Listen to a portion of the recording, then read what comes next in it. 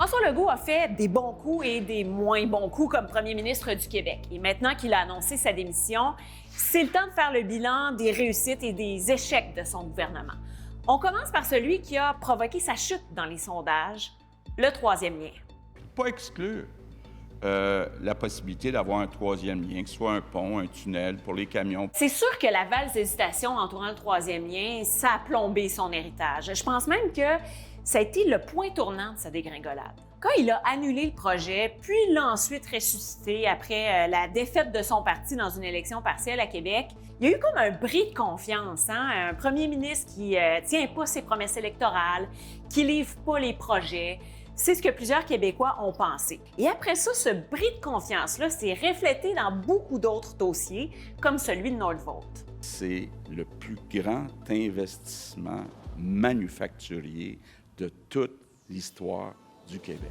L'échec de Nordvolt, ça a sérieusement entaché la crédibilité économique du premier ministre. Puis après ça, il y a eu les déboires avec Lion Électrique. Oui, certains projets ont connu des succès, comme l'usine Volta en Estrie ou GM avec Encours.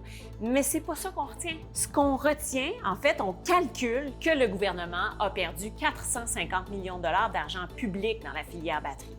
Les ministres auraient pu poser plus de questions. Et comment oublier le fiasco SACLIC? Le lancement raté de cette plateforme numérique-là a provoqué des files d'attente monstres dans les succursales de la SAC.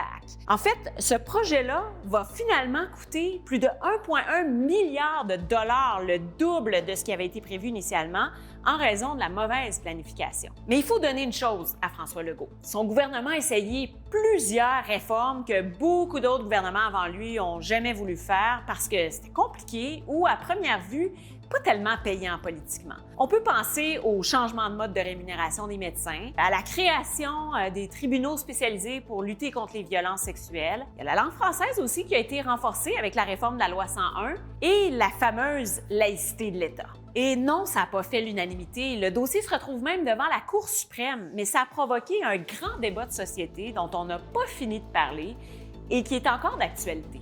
Et enfin, François Legault se retrouve dans le club select, la très courte liste des leaders qui ont réussi à former leur propre parti politique et le faire élire pour 2 mandats en plus.